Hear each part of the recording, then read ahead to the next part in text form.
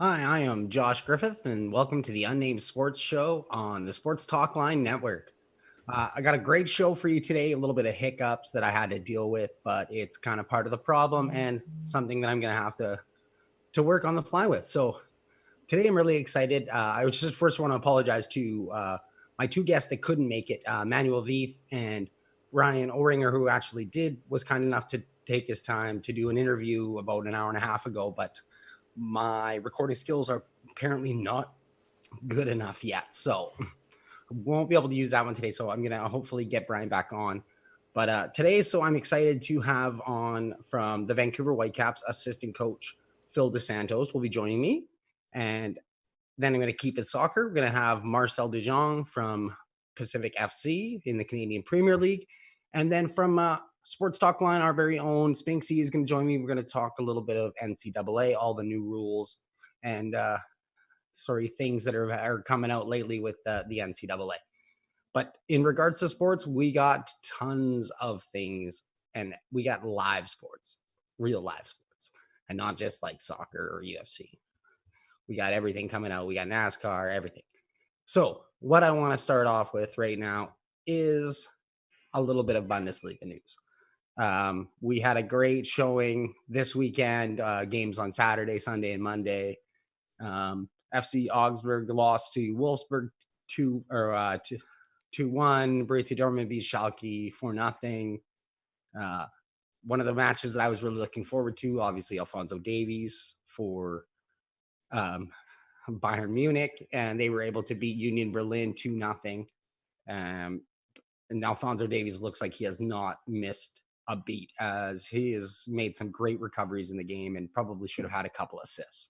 So that was a fantastic showing by the Bundesliga, and it's nice to see that we have some team sports in that kind of can set the basis for other leagues kind of coming back.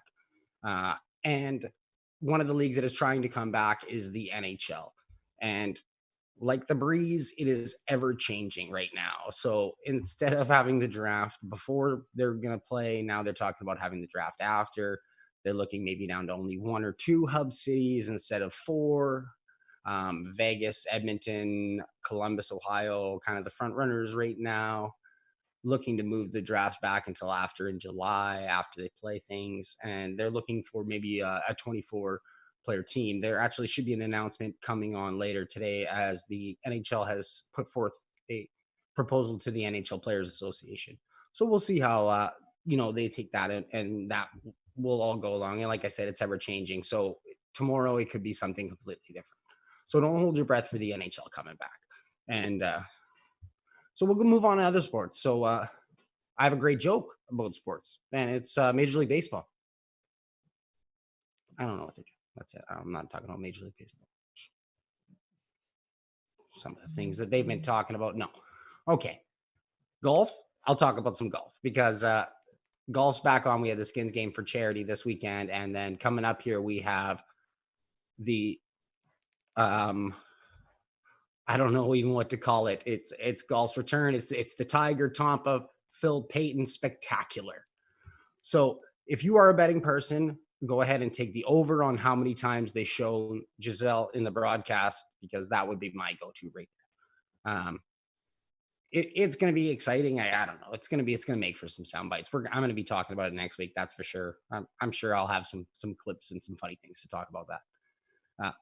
Another sport, the NBA is looking to move down to Orlando and do everything in a kind of a hub city style thing. And they're kind of taking advantage of everybody talking about the NBA right now, thanks to Michael Jordan's Last Dance documentary that has been airing on ESPN Sunday nights. And then for Canadians like me, we got to wait till Monday on Netflix.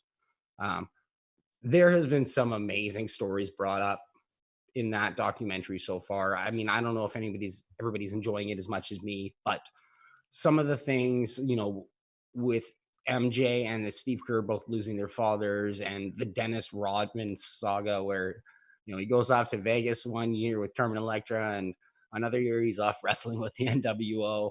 I mean, all the things with the ownership and Jerry Reinsdorf and Jerry Krause, rest in peace, who can't really kind of talk about things from his perspective. I was hoping to have, like I said, Bryan to talk about the NBA and The Last Dance a little bit more later on the show. And again, apologies to him and anyone who's looking to tune in to catch him today. But um, hopefully the NBA will start up again soon. It looks like they're gonna try and move into playoffs. They're being very, very quiet, which is not like the NBA. Speaking of other sports, the NASCAR got going on Wednesday in Darlington, and Denny Hamlin came out on top for Toyota with his teammate Kyle Busch coming in second, and Kenny Harvick rounded up the top three. So NASCAR's back in full swing. I wouldn't be surprised to see things like Formula One and, like I said, Supercross is coming back on May 31st. So, those individual sports and the racing ones are going to get back going, and we're going to be able to enjoy those coming up pretty soon. So the MLS is also talking about using Orlando as a hub city for all their teams, which is just great. I mean, if you enjoy great weather in Disneyland, if you don't like being away from your families, it might be a problem. And it's still kind of up in the air. They're just kind of throwing it out there. They're making proposals to players, obviously, from the players' unions, and things have to go back and forth. There is a lot of, red tape involved in all of this. Looking maybe a 28-game season, something like that. But what we do know is teams are back training on the pitch right now, which is great to see if you're a soccer fan in North America. So the MLS might be able to use the Bundesliga's blueprint. Going to have assistant coach from the Vancouver Whitecaps, Phil De Santos, joining me in just a couple minutes here, and we're going to talk a little bit about just kind of the things they have to go through regarding procedures coming in and training and precautions that they're taking in regards to having to come back and train. Also talk about the field sections and things that they can actually do right now in regards to training, because it is limited. So I'm excited to have him in a couple minutes here. Another sport that has been going now for the last week and has really taken advantage of sports not being here is the UFC, as they held 3 cards here, one about a week and a half ago on the weekend, one during the week on Wednesday, and then they had one again this weekend. They seem to just be back with testing. I mean, it doesn't sound like things are going as good as they could, but hey, Josh. Hey, and so right now I'm actually being joined by, this is fantastic, by Phil De Santos, the assistant coach for the Vancouver Whitecaps. Hi, Phil. Thank you very much for joining me. My pleasure, Josh. How are you? I'm doing great. How are you? Are you and your family staying safe and healthy during these times? We're good. We're good. I think that it's a new reality. We had to adapt to it. The first couple weeks were weird, and now we're just settling in what the reality is for a lot of people. And you're fortunate enough to be with your family and be with your kids. So we're trying to make the most out of it. Yeah, absolutely. It's definitely a difficult time. I mean, and it's changing. Like you said, everything's it's kind of, and it's going to be the new normal for I think a little while. Absolutely. So we'll have to get used to it. So, I just brought up the MLS there, and one of the things that I was talking about is training, and you guys are back underway, in a limited sense. So I was just wondering if you could talk a bit about the various measures that you guys have to go through right now. Yeah, well, I'm looking at it right now. I'm actually, we have a group coming in to train now, and it's, it's different. It's, there's a lot of rules. There's a lot of guidelines that we have to follow. I look at the amount of people that are working hard to put all of this together and make sure that everything is clean and sanitized, and that players come in and follow the guidelines. And to be honest, it's been very smooth. You look at even the way players have embraced it, and it just it's the second week now, and it's smooth. It's obviously it's not ideal, but I think that they're happy to be out here instead of doing their workouts at home. So yeah, it's the new norm for now, and we're looking forward to getting into the next phase of training for sure. Yeah, absolutely. I mean, I'm glad you brought it about the team and their willingness, because that was actually my next question. I mean, they, everybody seems so willing to get back under, even under these strange precautions, but get back on the pitch and do what they have to do with the safety regulations. I mean, that must have made things a lot easier coming back.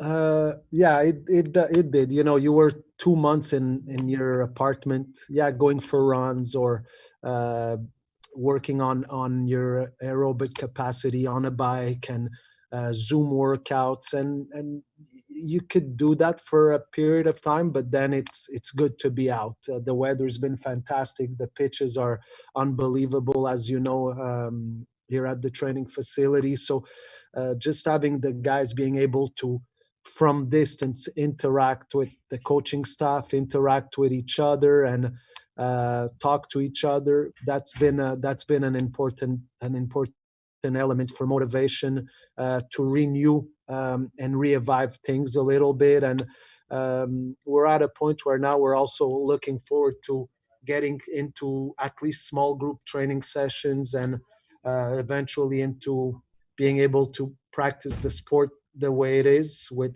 the contact and all the tactical components that come with it. Where as coaches we love to be connected with and bring to our team. So, but it's good to see them out there. Like I said, it's been phenomenal weather, and just being out here and being able to interact again with people and talk about what the plans and what the future could look like. It makes it look a little bit more real, and closer to playing or kicking a ball again in a competitive capacity. Yeah, I can see the weather is just absolutely gorgeous there behind you. I mean, it's a little bit cloudy on Vancouver Island, but for the most part, we've had some beautiful weather lately. So speaking of beautiful weather, I was down in San Diego this year and getting caught training camp. Yeah, Um, and you and Vanni Sartini, the other coach, were working really closely with Mark DeSantos, your brother, just on the tactical things and the high press this year. And it looked to pay off in the first couple of games. So I just was wondering if you could talk about what the message was coming out of training camp, and if you thought that things were a little bit different and better doing the training camp in San Diego this year as opposed to Hawaii. well, we wanted to there's no doubt, and that's something that Mark always brought up about the difference in preseason compared to 2019, but also the time that we had to build a team at the image that relates and is directly linked with the way the coaching staff wanted to play. And um, I think we did bring a more courageous approach. I think that we wanted to be a team that would fans would relate to, a team that's exciting, a team that is not afraid of playing against any opposition. And with that comes certain requirements, and it was highlighted from day one in preseason. It was highlighted from a certain point last season as we progressed and we said, okay, what do we want to be about as a club or as an organization? And we went into preseason with a clear idea of what we needed to be about, and a clear idea of the training demands, the mentality, the profile of players we needed to bring. So it was night and day compared to the previous year. We had a lot more time to prepare, a lot more time to plan, and yeah, we started right away in San Diego with that mindset and bringing that mentality to the team. We played some good games there. We set the bar at that point. We created a platform that was one we wanted to grow from. And I think that it followed up when in Portland during the tournament in Portland, or the three games that we played there. And we want this to be something that's the DNA of this team. We want it to be sustainable. We want this to be something that the players realize that there's no cutting corners. It's all or nothing. This is who we want to be about. And I think that we were able to recreate that or to bring that on the field in LA. We're just looking forward to get back into it, because we believe that this group is a group that is capable to sustain that. And I think that if we do, it will be a good season for us, and it's going to be an exciting team to look at and to cheer for sure. Yeah, definitely. I mean, and if you take a look at just, I mean, the first two regular season games, you came out after a tough home loss to Sporting Kansas City, where the team was exciting, but you just ran into a difficult task in LA and Pulido. But I mean, just for the squad to come out on the road against a tough LA Galaxy team and show that performance, it just really said a lot about the squad and what you guys have implemented as a coaching staff. Yeah, of course. When we play that game against Kansas City, especially after what we saw in Portland 1 week earlier or 10 days earlier, we always looked for a response, because obviously there were a lot of factors.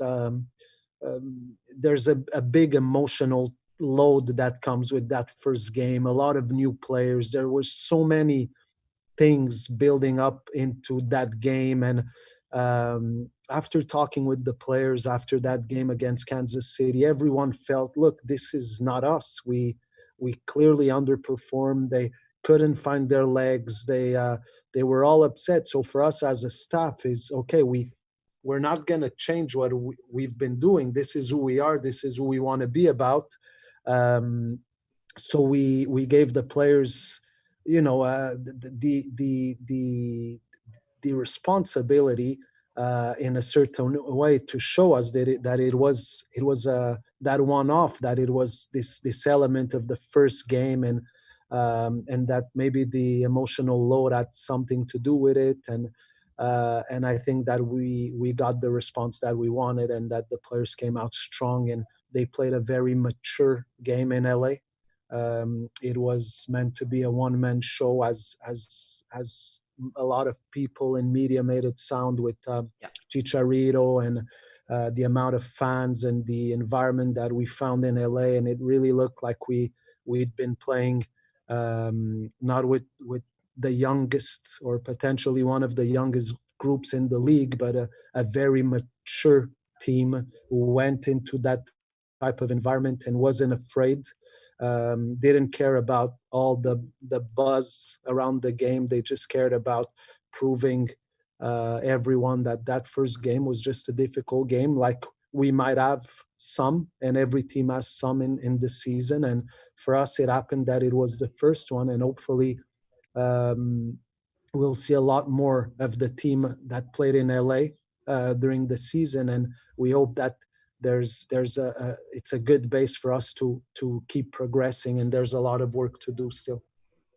Yeah, absolutely. I mean, and I was at that first game. Like you said, you talked about the environment a bit. It was an unbelievable experience. And just, from everything from the squad traveling in on the bus and just the amount of fans and the environment, like it was, yeah, like it almost kind of was set up for a letdown, but it was great to see the team come back strong in LA.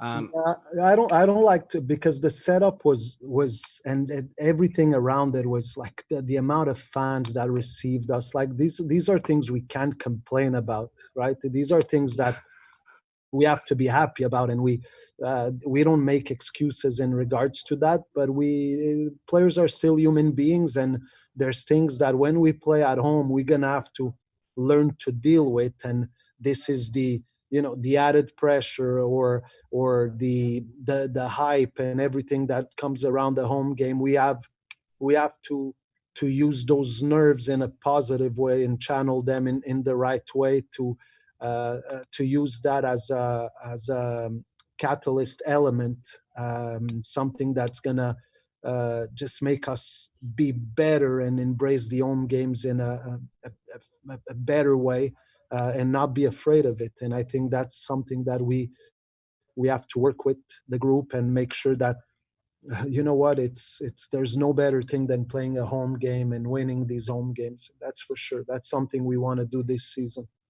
And I mean, I'm sure you can see I'll be pretty excited when, we're able to come back for these home games and stuff too. I'm sure you will.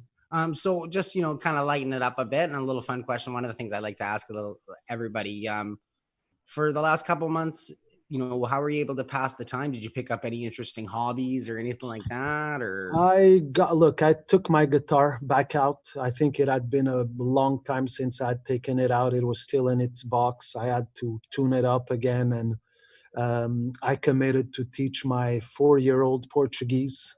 So my wife's been hammering me for a long time for not speaking enough Portuguese with him. So now we're at a point that he asks for his Portuguese lessons. He's throwing words. So there's been there's been things that we do. I have an 8-month-old, a 9-month-old daughter now, and she was born last season during the season. So there's so much time that you could give to the family when you're in this business. So it's been good to see her grow finally, and be there to wake up and see her go for a nap, see her start crawling, see her um, start eating solid food. So it's been good in that sense for sure. So we're busy. We're busy. When you have young kids, it never ends. I finish my day more tired than when I'm actually here on a daily basis. oh, I bet. Yes, yeah, they can be an absolute handful, They but just are. a They joy. are. And that's one of the benefits actually right now that I'm taking away from this time, is just Uh, being able to spend the time with family. Absolutely, absolutely. Well, thank you so much for It's taking a the time to join me today, Phil. it's a pleasure, Josh. It's a pleasure anytime. Okay. Okay, thank you. So that's Phil De Santos from the Vancouver Whitecaps, assistant coach.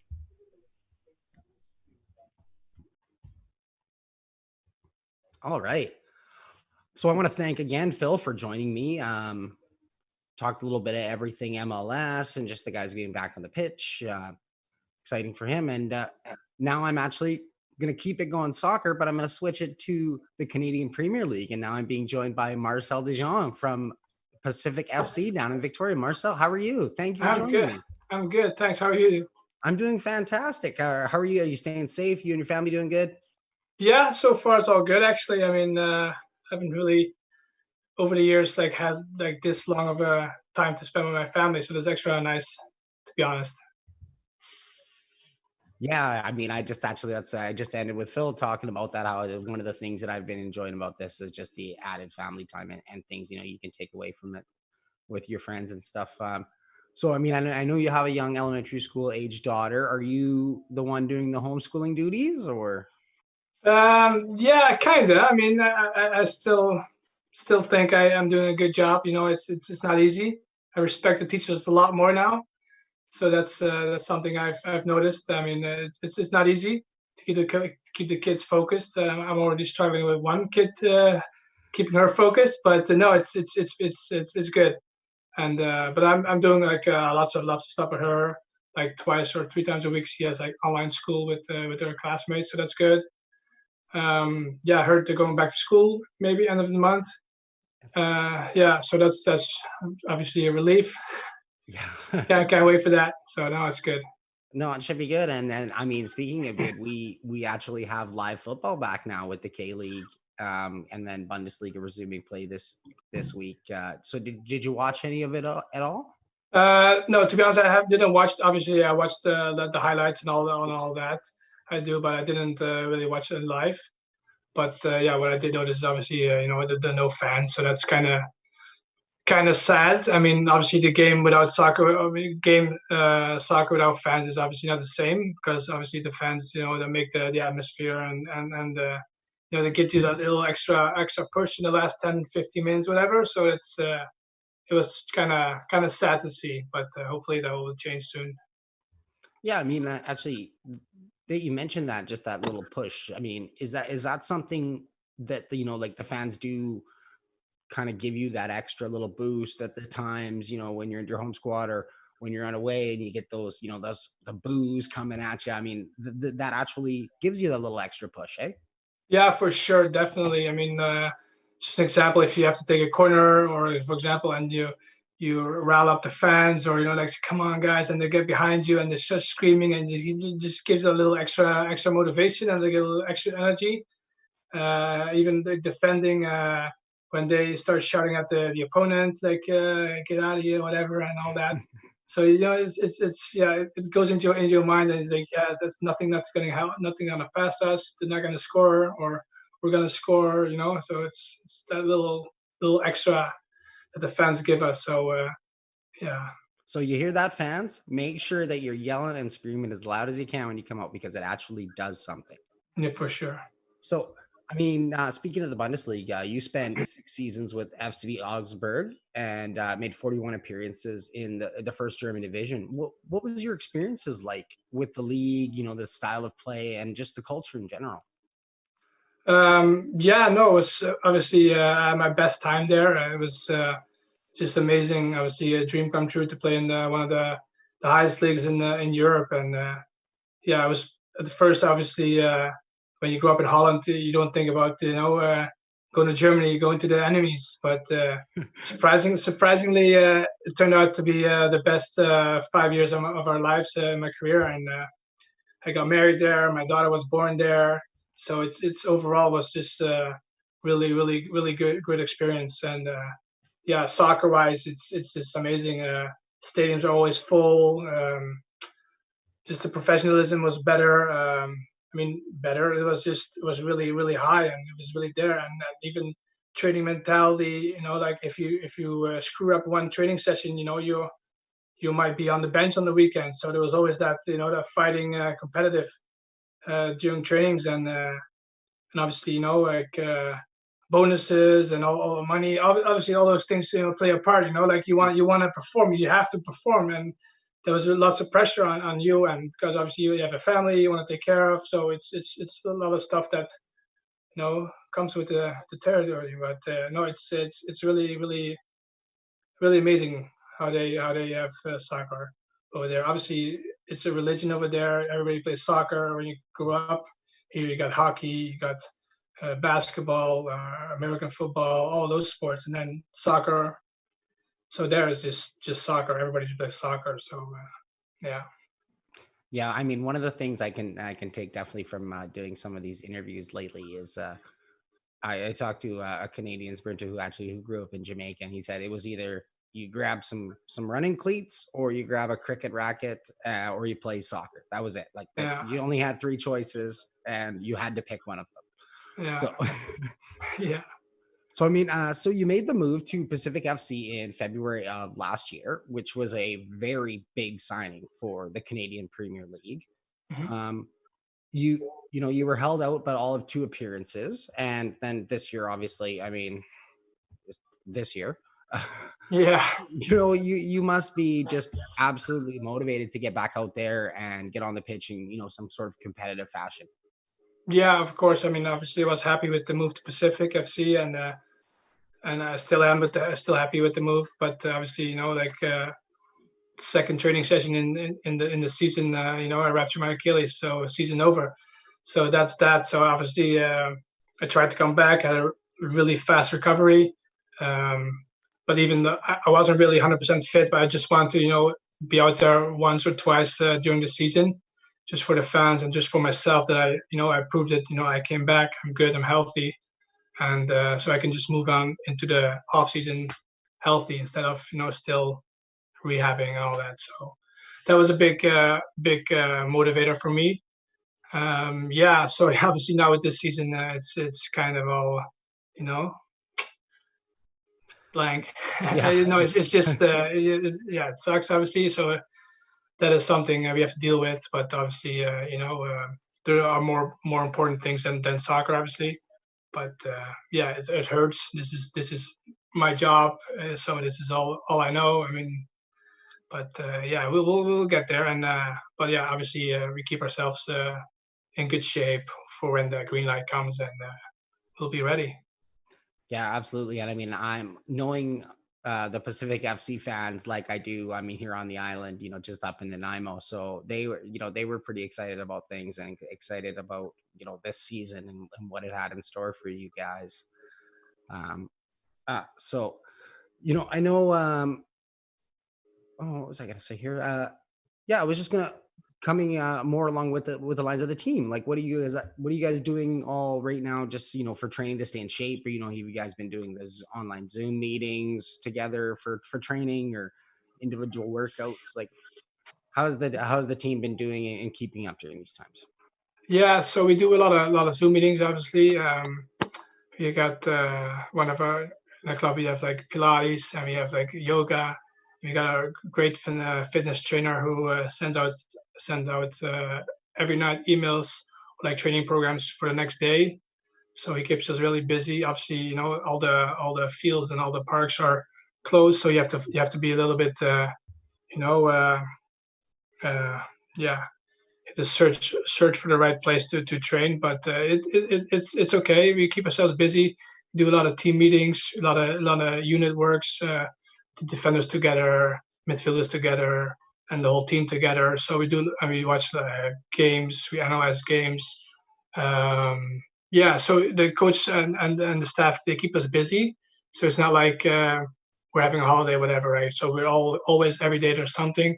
It's either a yoga, or it's either workout on your own, or it's a team meeting, or both. So it's been good actually. So yeah, I can't complain. Well, it sounds like they're doing a good job in keeping everybody fit and motivated and ready to go when everything does get back underway. And Yeah. I mean, speaking of that, the Canadian Premier League has kind of also thrown out a couple hub city ideas. Is that something that you would consider doing? Maybe going to a hub city for a couple months and finishing off the season? Yeah, I mean, at the end of the day, soccer, that's what we're getting paid for, and we love to do. So if they tell us we have to go in the city, I'm not saying I'm happy about it, but I mean, it's all right. I mean, at the end of the day, it's about the league and about playing and getting out there again. Yeah, am I happy to have to leave my family for 2 or 3 months? No, but they get it. It's not easy, but hopefully, the league will talk to us or about it, or like maybe propose it to us. That would be nice instead of just putting it out there. But yeah, we'll see what happens. Yeah, I mean, hopefully we can get some more, a little bit more dialogue between the league and the players when it comes to that one, because I mean it is a big one, and I think it's something that kind of all leagues are facing right now, and it's kind of uncharted territories. Yeah, for sure.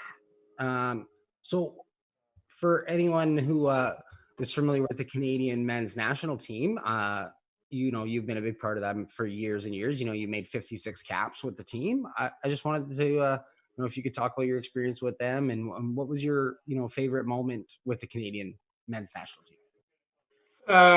Favorite moment? Not really sure. I mean, so many. I think just being out there with the team and traveling, and even though sometimes, for example, we had a result, or we had a really big game where we the Honduras game, for example, where we had the big loss. I won't say the numbers, but yeah. So, but for example, those if you think back on it, like being in the hotel, and the fans outside of the hotel, like the day before the game, like motorcycles, cars are loud and honking, and revving the engine really loud till like 3 a.m. in the morning. Those things, like back then it wasn't really nice, but when you look back on it, like, wow, this was pretty intense. That culture, when you see those fans, have the passion to try and destroy our minds, and disrupt our game day, whatever. So yeah, that was pretty cool to experience, even though it wasn't really nice back then. But yeah, but no, just being out there with the players and traveling and going to all those countries, that's something that nobody can take away again. Did you ever get the fire alarm pulled into your hotel? No, we did have a couple of games where no, probably we did. Probably, I can't even remember. I mean, so many trips. Because I know that's a popular one that they like to do. Yeah, I know. Guys had food poisoning maybe before the game, and so those kind of things. And yeah, but just like going on to walk on the field in that tunnel. When you go on the field and the game's about to begin. I don't, but yeah, no, yeah, no, but just when we the walk onto the field right before kickoff, like guys or fans throwing all those stuff on you and spitting and swearing and trying to hit you, like you're in for a fight, and when that final whistle comes, regardless of the result, you need to get out of there as fast as possible. So those are also things, that's pretty cool to experience. What was your favorite place to play? Like country-wise, or just city or stadium even? I mean, the coolest stadium, the national team, was probably the Azteca Stadium in Mexico. Yes.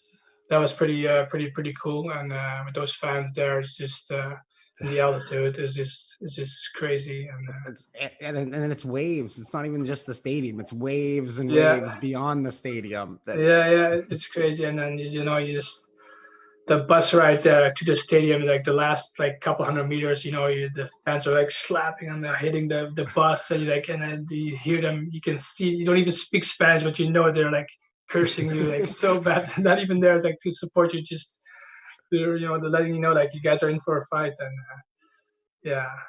those are the moments, that's such a cool experience. Yeah.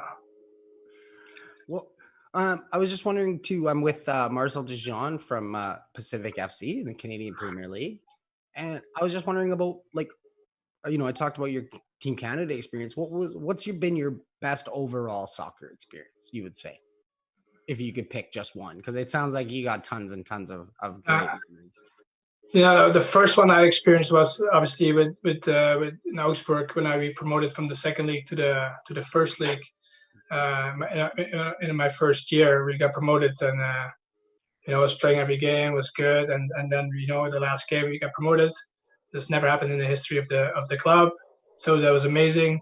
But then the year after, staying in that league again, staying in the first league, it was even more, even amazing, more amazing. So that was also those two moments are the biggest achievements. That's amazing. Yeah. She's like, I can't even imagine. I mean, just if people, so for some of the people who might not be, so big into football, and especially European football, that the whole relegation thing is so fascinating. And yeah, like you said, just the second year to not be relegated, to stay in that first tier. Yeah. And it's really, really, really amazing. And they're still in the Bundesliga, still haven't relegated. Yes. So there's been now for 9-10 years now in the Bundesliga. So it's amazing. And so that's obviously playing against Robin and Ribéry and all those big names. It's just an amazing experience. And playing in the Bayern Munich Stadium or in Dortmund, the yellow wall, 30,000 fans just behind the net. It's just an unbelievable experience, and you see Marco Reus or Ribéry going at me as a left back. You kind of shit your pants a little bit. You're kind of scared. But it's especially in away games. But it's a fun experience, and it was good. It was nice. Gee, I mean, who's the most I guess I can't use we can only throw out a couple SHIT words. So, who is the player that made you ish your pants the most, you would say? I don't know. It's probably Robin, just because I grew up in Holland, and yes. As a kid, he played for PSV, and I went in the youth academy of PSV. Yeah.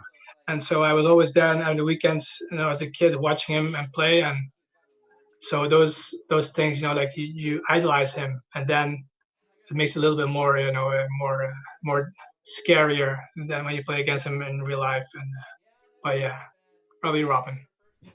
Yes, yeah, I can imagine. Yeah. So, I mean, I just wanted to ask you, because we had some time off, and obviously you've been busy with your family and things like that. But have you, have you picked up any interesting, hobbies or new talents or anything like that? Maybe binge watching something.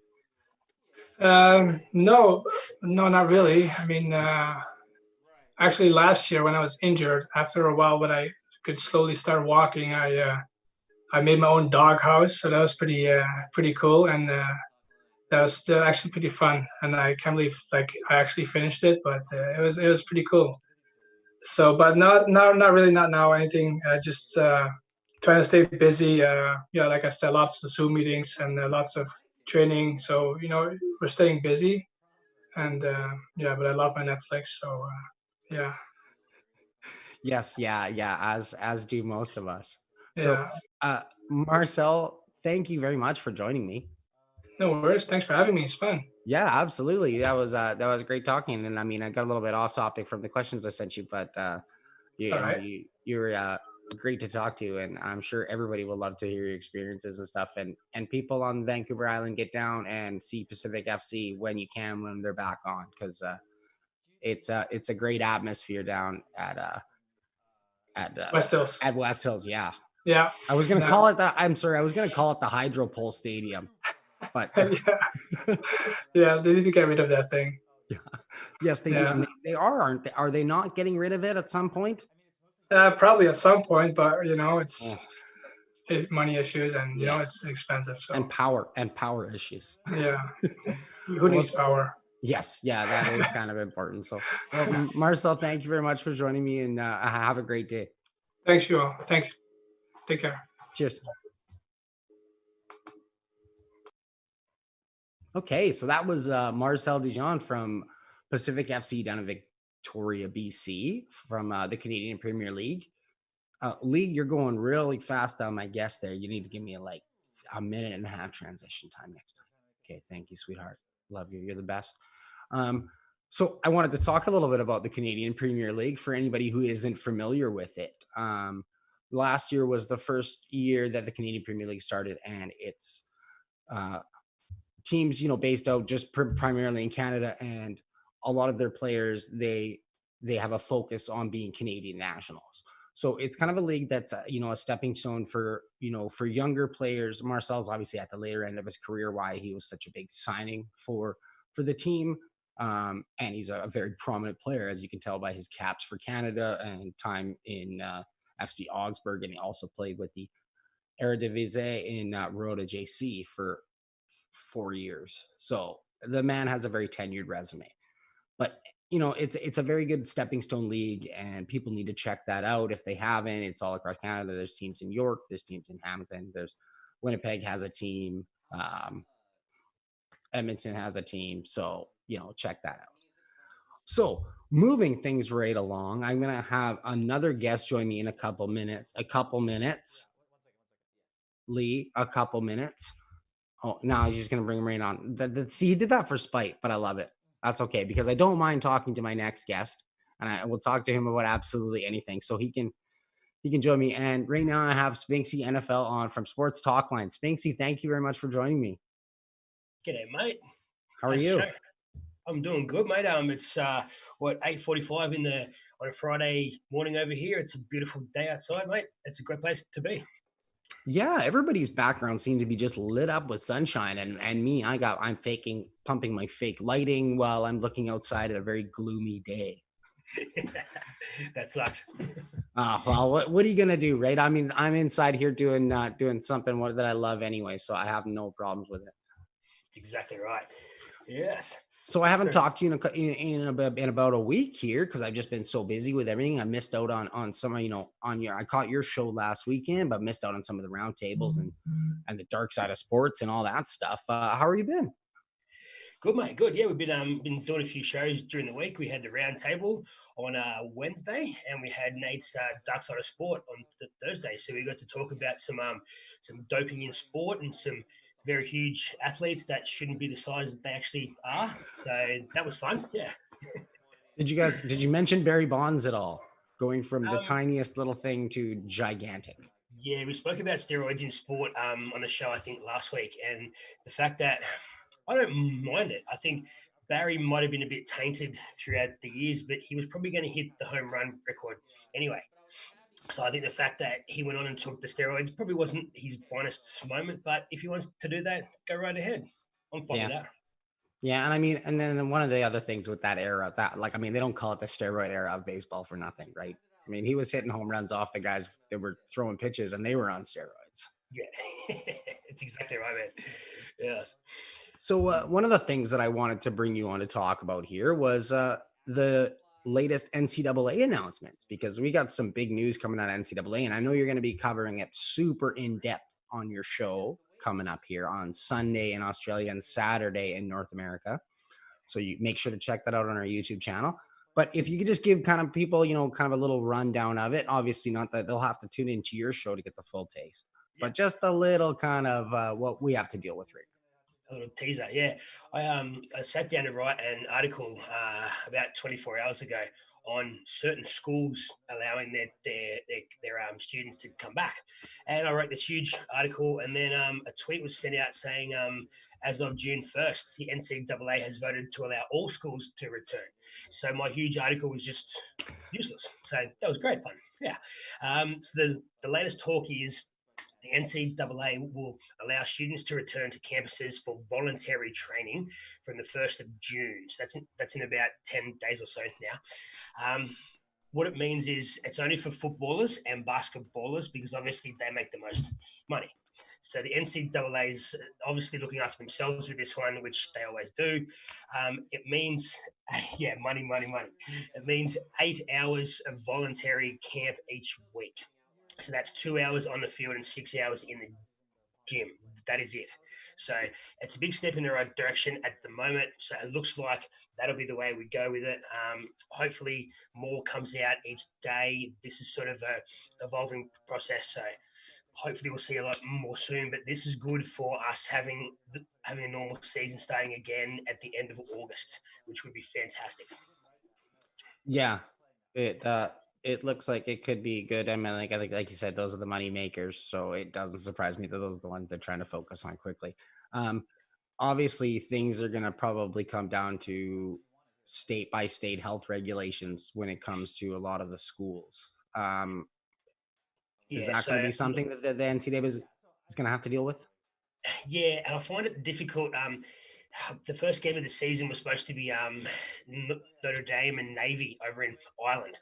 So I can't see that one going ahead as yet. Obviously, certain countries are still in the grips of this. So I can't see that working as such. And other schools which don't have a lot of money who are going to have to necessarily travel a lot more, they probably wouldn't be allowed to go through the entire season as they would normally if they can't be sort of getting funding and stuff like that. So it'll come down to a state-by-state basis, really. And I think the more money that you have, the more power you're going to have, which is going to help. So teams in the SEC, I think, will probably it's hard to gauge. I will sort of talk about it more on Sunday, but if you keep your in-conference games or you spread it out and have a full season, I don't know.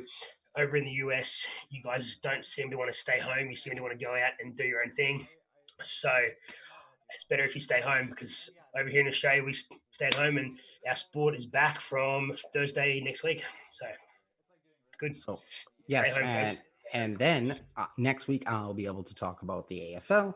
We will have all the football going back on, rugby going back on. Is Australian cricket coming back on?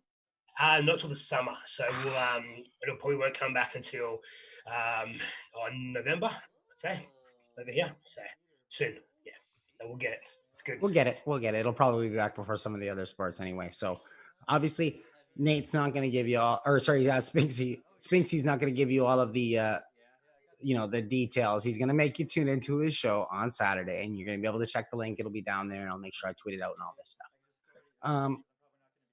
So, thank you very much for joining me because, you were a last call guy as I screwed up. Again, apologize to Bryan Oringher. I screwed up with his interview, and Lee told me that I could not use it because it was not good enough, and he was not going to make Bryan look bad. That's unfortunate, man. Yes. That sucks. But hey, you know what? It's nature of the business. So, sometimes you got to move on the fly. So again, now, thanks for joining me and talking a little bit of NCAA. And you let everybody know when they can find your show and what you're going to be talking about this week. You can follow me on Twitter at Spinksy NFL.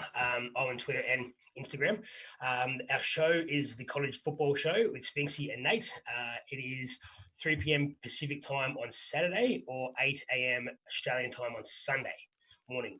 This week, we'll be talking about the NCAA allowing kids back into school. we'll be talking about Mike Gundy's rant back in April and how that affected schools going back now. And then the other one was I found a top 20 list of most of the best football colleges over the last 150 years, and that list shocked me. So I want to touch base on a few of those teams which were really good and really ordinary back in the day. So, yeah, 3 p.m. Saturday afternoon. Check it out. Absolutely. And I like how he gave us the North American time and the Australian time. Because if you people noticed, we are worldwide at Sports Talk Line. So I'm up in Canada. He's over in Australia. We got people down in LA. We got people in New York. We got another little young Padawan in Australia too, who's learning the ropes, and we'll eventually get him to come on camera. Yeah, we'll get him on. Yeah, definitely. Yeah, one day. So make sure you tune into that on Saturday at 3 p.m. So Spinksy, thank you very much for joining me, and I hope you have yourself a great day. Hey, you too. Thanks, Cheers. mate. I'm out. See ya.